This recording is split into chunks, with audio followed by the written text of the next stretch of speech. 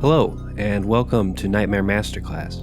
My name is David Stockdale. I'll be your host on this excursion into the dark unknown. This is the second part of The Theorist's Handbook, a new series about how I approach critical analysis. In my first installment, I talked about a number of issues related to how we might define the activity known as critical analysis. You're probably going to want to watch that video before watching this one. So, in this installment, I'll be talking about the function of art in contemporary society. Now, obviously, there are a vast number of ideas about how art works, what it should do, what defines a work of art as such, and so on. All of these topics are worthy of discussion, and I'll be touching on all of them, but I'm going to try and narrow my scope a bit. This is in part because I feel like I was trying to do too many things at once in my first video. The thing I want to focus on in this installment is how I think of art from the perspective of someone akin to a critic, someone who makes a habit of trying to interpret abstract works. A few people took exception to some of the points made in my last video, most notably my aversion to a view of art commonly known as art for art's sake. Now, I think at some point, if you're really a proponent of this view, we're just going to have to agree to disagree. But most of the comments I've gotten thus far seem to indicate that the majority of you aren't actually advocates of art for art's sake, at least not by the standards I'm working from. There's a bit of confusion here, and it's at least partially my own fault for not being clear enough in defining my terms. Sorry about that. Let's talk for a moment about art for art's sake as a historical movement. Art for art's sake is a slogan translated from a French term that I'm not going to try to say because I will absolutely butcher its pronunciation. Poet and playwright Oscar Wilde was a notable advocate of art for art's sake. Wilde once said, "Art is useless because its aim is simply to create a mood. It is not meant to instruct or to influence action in any way." This view of art is commonly associated with a late 19th century artistic movement called aestheticism, a doctrine which states that art exists solely for the sake of beauty alone. As such, it does not have a political or moral function. What this amounts to, in my view, is a philosophical position that pays lip service to art as an abstract notion with careless regard for precisely what makes art significant in the present moment. The idea that art exists for the sake of beauty alone is a total cop-out. Beauty is an incredibly loaded term, and our various notions of beauty, what it means for something or someone to be beautiful, these things have changed demonstrably over time. They're shaped by larger societal forces, and the notion that beauty is an ideal for which artists should strive in their work, this is itself a political stance, at least insofar as our notions of beauty relate to the way power is disseminated in society. Whatever view you have of art, if you're trying to formulate a coherent position, it needs to, at the very least, correspond to the basic reality that art exists within a larger framework and context. And this, to me, is why art for art's sake is incoherent. Touching on that last point, I said in my previous video that I am not interested in celebrating art as an individual expression outside of any socio-political context. That last part about context is extremely important. It's not that I harbor any negative feelings towards artists or authors as individuals. Quite the contrary, in most cases actually. It's that I don't think it makes sense, as a critic, to think of art as something that transcends context. It's nonsensical to me to think of art as though it exists in a vacuum. Friedrich Nietzsche is probably someone I've quoted too much on my channel, but he has a few words on this topic that I think might provide some clarity. In Twilight of the Idols, Nietzsche said that art for art's sake was like a worm chewing its own tail. He viewed it as something of an exercise in question begging, a formal logical fallacy in which circular reasoning is employed to sneak the presumed conclusions of an argument into the premises of that same argument. He went on to state as follows: "The fight against purpose in art is always a fight against the moralizing tendency in art, against its subordination to morality. Rather no purpose at all than a moral purpose. That is the talk of mere passion." A psychologist, on the other hand, asks, what does all art do?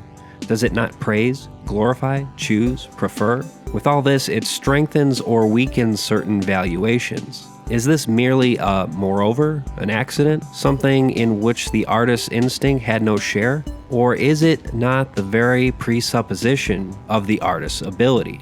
Does his basic instinct aim at art, or rather at the sense of art, at life, at a desirability of life?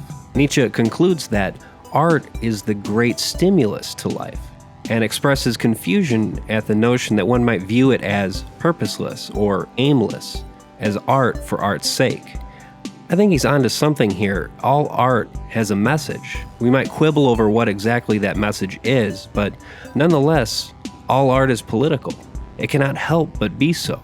To suggest otherwise is to deny a basic descriptive truth about what art is and how it works, especially now in contemporary society. At this point, you might be wondering why I'm taking so much time to refute art for art's sake, a slogan dating back to the early 19th century. And, well, I have a number of reasons for doing so, but one of the primary reasons it seems pertinent to refute this view is because it provides a good contrast to my own view of art, which I hope to continue fleshing out in this series. Let's turn now to Walter Benjamin, specifically his essay, The Work of Art in the Age of Mechanical Reproduction. In this essay, Benjamin explains that while it had previously been possible to reproduce a work of art through various means, etching, engraving, lithography, etc., the technological capabilities of the modern age have enabled artistic works to be reproduced in mass quantities, and that very fact has changed the way art functions in society. The mechanical ability to reproduce a work of art has changed the way art is viewed in a cultural sense. Specifically, Benjamin says, mechanical reproduction of art changes the reaction of the masses toward art. Consider the act of manually and meticulously copying an original painting and passing it off as the original. We would call this work a forgery, but a mechanical reproduction is not referred to in this way, and rightfully so. In a certain sense, the, quote, aura of an original work has been displaced. In fact, now, works are actually made to be reproducible. What makes art in the present moment significant, if not the aura of authenticity? Let's take a step back. In his essay, Benjamin delineates two sorts of values, the cult value and the exhibition value of a work. Historically, art has often been linked with a kind of, quote, ritual function, a cult value. Cave paintings, for instance, that of an elk depicted by an artist in the Stone Age, did not exist to be on exhibition per se, to be viewed by an audience. We know this because these sorts of works tend to be found in some very inaccessible places. Rather, it is thought that a painting of this sort served as a kind of magical instrument, a ceremonial object that was perhaps believed to increase the number of animals in the area. This is the ritual function of art. As such, the cult value of a work is equivalent to the way it is perceived as having a kind of essential role in relation to a certain practice or way of living. Benjamin asserts that, for the first time in world history, mechanical reproduction emancipates the work of art from its parasitical dependence on ritual. In its place, art is based on politics. With this in mind, we might classify art for art's sake as a kind of reactionary movement against this trend. Notably, aestheticism centralizes beauty as opposed to magic, but essentially, it's a position that seeks to reaffirm art's ritual basis. I would say it is a regressive movement in this way. With the technological ability to reproduce art in mass quantities, the exhibition value of art, which in large part had previously been reserved for a privileged few, has abruptly shifted from the private sphere into the public. The creation of art in this context is manifestly political, and Benjamin's argument is all the more pertinent now, in the digital age. We live in a time when images and sounds can be generated, manipulated, and replicated in ways that were not even conceivable just a few decades ago. And because of this, it's all the more important that we think of art as essentially political. Now, if these ideas sound a bit alien to you, I would suggest reading Benjamin's essay in full. And if you find yourself getting tripped up by some of the terms, or perhaps his line of argumentation, I would suggest picking up Ways of Seeing, a book by John Berger based on the BBC television series by the same name, which you can also check out. The first chapter in particular is relevant to this discussion. Berger concludes this chapter by saying, "The art of the past no longer exists as it once did. Its authority is lost. In its place, there is a language of images. What matters now is who uses that language and for what purpose."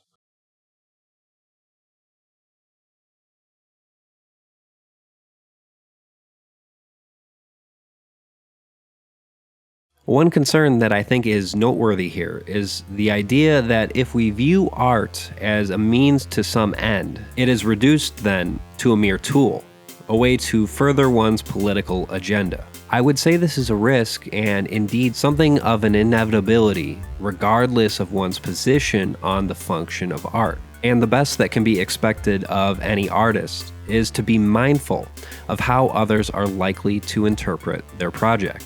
You know, it's better to face that likelihood head on than it is to bury your head in the sand. Now, there was a small minority of comments from people who seemed to think that this whole topic is kind of frivolous, and maybe even a bit pretentious. I understand this perspective to some degree. Having said that, if you're not interested in this subject, I'm not quite sure why you're watching this video. But if you're still here with me, kudos to you for keeping an open mind. I think this aversion to theory-related discussion is partially a consequence of talking about art in abstract terms, without reference to concrete examples. So, let's look at an example of someone whose work was, as a matter of historical fact, created and used to service a political agenda. Not just any political agenda, mind you, but that of the Third Reich.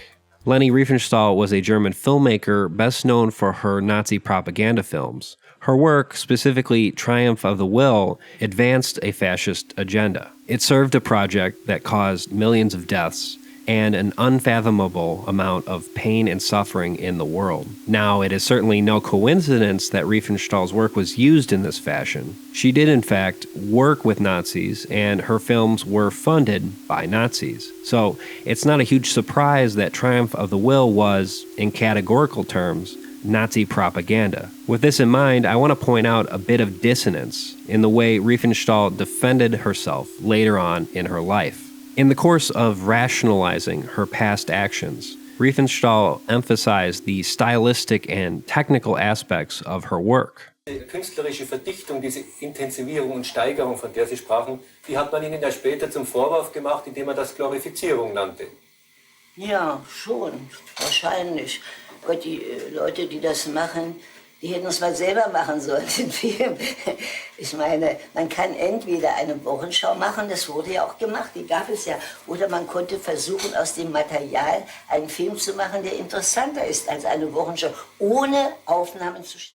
Ist Ihnen aufgefallen, dass in diesem Film, was sonst normal wäre, kein Kommentar verwendet worden ist? Ist kein Kommentator da, der irgendwie etwas erklärt.